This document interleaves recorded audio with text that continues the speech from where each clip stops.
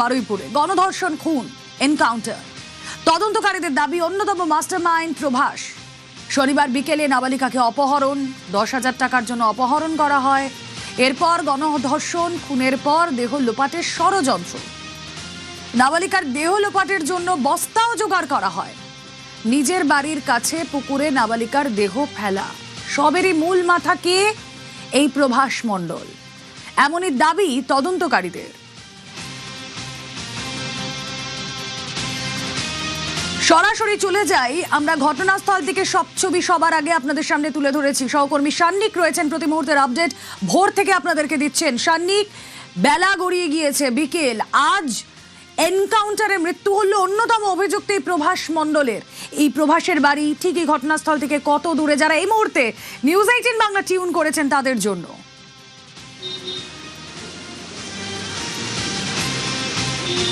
দেখো রুমেলা, এই প্রভাস মণ্ডল তার ভূমিকা কতটা কি রয়েছে গোটা বিষয়টা তদন্ত সাপেক্ষ। অবশ্যই এখনো পর্যন্ত সেই তদন্ত এগোবে।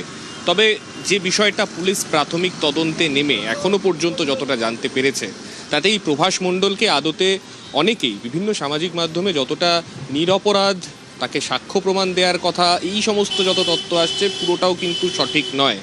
তারও একটা ব্যাপক ভূমিকা ছিল এই গোটা নৃশংস অপরাধে। কেন বলছি এই কথা? মূলত এই প্রভাস মণ্ডল যে প্রাথমিকভাবে দাবি করেছিল যে শুধুমাত্র 10,000 টাকা তাকে দেয়া হবে বলে সে শুধু সেই নাবালিকাকে অপহরণ করে তাদের কাছে পৌঁছে দিয়েছে, কিন্তু সত্যিটা কিন্তু শুধুমাত্র তাই নয়। পাশাপাশি এই নাবালিকার দেহ লোপাট করা হবে কোথায়, কোন জায়গায় বস্তায় করে ফেলা হবে, কোথা থেকে সেই বস্তা আসবে, সেই বস্তা জোগাড় করে আনা, এই গোটা প্রক্রিয়াটাতে প্রত্যক্ষ ভূমিকা ছিল এই প্রভাস মণ্ডলের। এমনকি যে ঘটনা ঘটানো হয়েছে সেই ঘটনাতে এই প্রভাস মণ্ডল অর্থাৎ গণধর্ষণের ক্ষেত্রেও তার কোনো ভূমিকা ছিল কিনা সেই বিষয়টাও কিন্তু পুলিশ তদন্ত করে দেখছিল। এরই মধ্যে গতকাল রাত্রিবেলার যে ছবিটা আমরা দেখতে পেলাম, যেখানে এই প্রভাস মণ্ডলকে রিকনস্ট্রাকশনে নিয়ে যাওয়া হলো, মূলত কেন না যে জায়গায় ঘটনাটা সে দেহ লোপাট করতে চেয়েছিল সেই জায়গাকে বেছে নেওয়া এবং তারপরে স্টেপ বাই স্টেপ কী কী ঘটনা ঘটেছিল সেই বিষয়টা তার কাছ থেকে শোনা, সেক্ষেত্রে কোনো অসঙ্গতি আছে কিনা সেই বিষয়গুলোই কিন্তু গতকাল পুলিশ তদন্ত করে দেখছিল।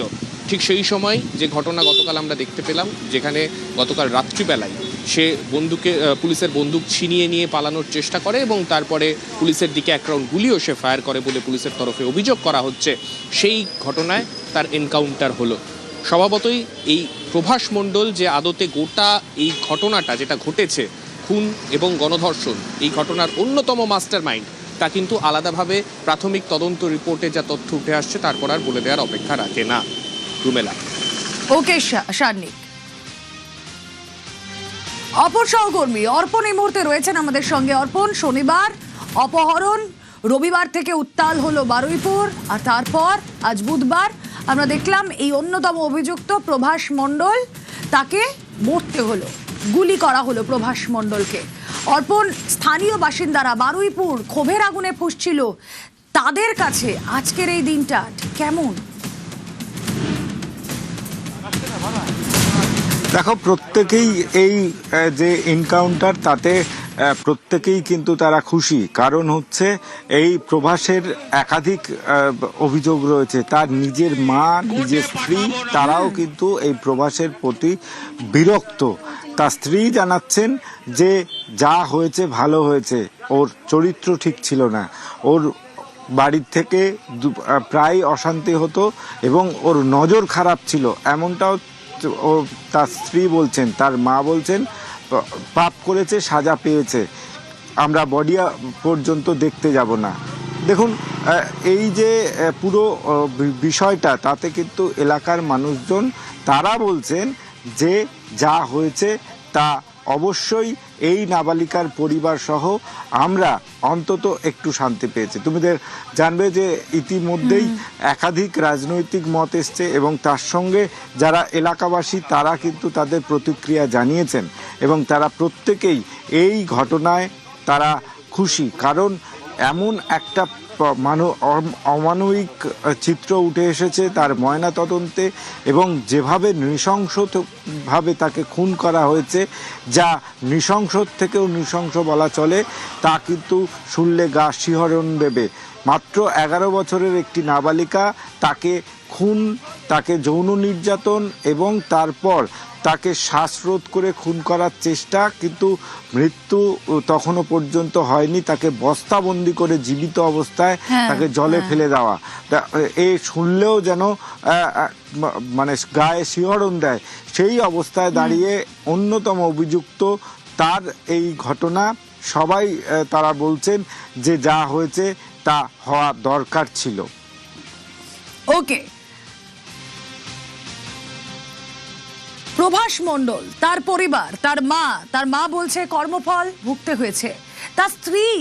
তার স্ত্রী যে প্রতিক্রিয়া দিয়েছেন যে এইরকম নোংরামির তিনি আরো সাক্ষী, এইভাবেই তাকে অত্যাচারিত হতে হয়েছে। প্রভাস মণ্ডলের পুলিশের গুলিতে মৃত্যুর পর তার পরিবার ঠিক কি বলছে শুনি। ছেলে যে মৃত্যু হলো তাতে আপনার কষ্ট হচ্ছে না? মার তো কষ্ট হবে, আমি সে কষ্ট দরকার নেই। ও যা কর্ম করেছে তাতেই গেছে আমার শান্তি। মানে ও যে নাবালিকার সঙ্গে যে হ্যাঁ। অত্যাচার করেছে, যা করেছে তাতে ওর মৃত্যু হয়ে গেছে, ভালোই হয়েছে। আপনারা কি মৃতদেহ আনতে যাবেন? যদিও আমি আনবো না, আমি তো বললাম আর আমরা দেখতে চাই না, একদম দেখতে চাই না। তোমরা ওখানে নিয়ে থেকে নাও, দমে দেবে, কোথায় দেবে, ফেলে দেবে, দিয়ে যাবে, কেউ যাবে না। মার কথা যদি না শুনি, নিজে নেশা ভাঙ করে, তা আমার অত আর কিচ্ছু বলার নেই।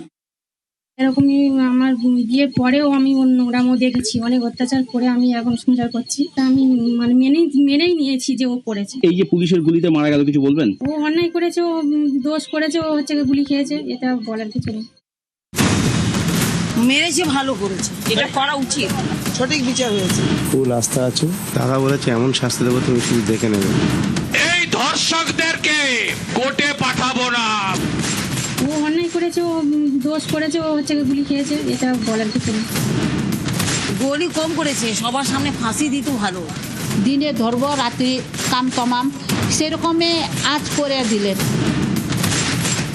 সকালে জমা নেব, বিকালে খরচ করব। ও যা কর্ম করেছে তাতেই গেছে আমার শান্তি। আমার তামান্না চলে গেছে। যদি বিজেপি সরকার তখন থাকতো তাহলে ওই ক্রিমিনালগুলো আজ পর্যন্ত এই দুনিয়ায় থাকতো না। ফাঁসি দিলেই তো তারা বেঁচে যাচ্ছে, তাদের কম সাজা হলো। তার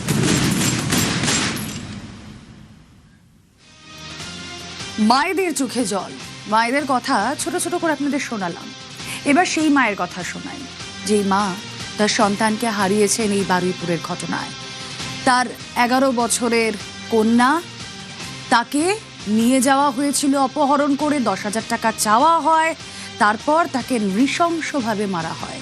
গণধর্ষণ, তারপর খুন, তারপর দেহ বস্তাবন্দি করে পুকুরে ফেলে দেওয়া হয়।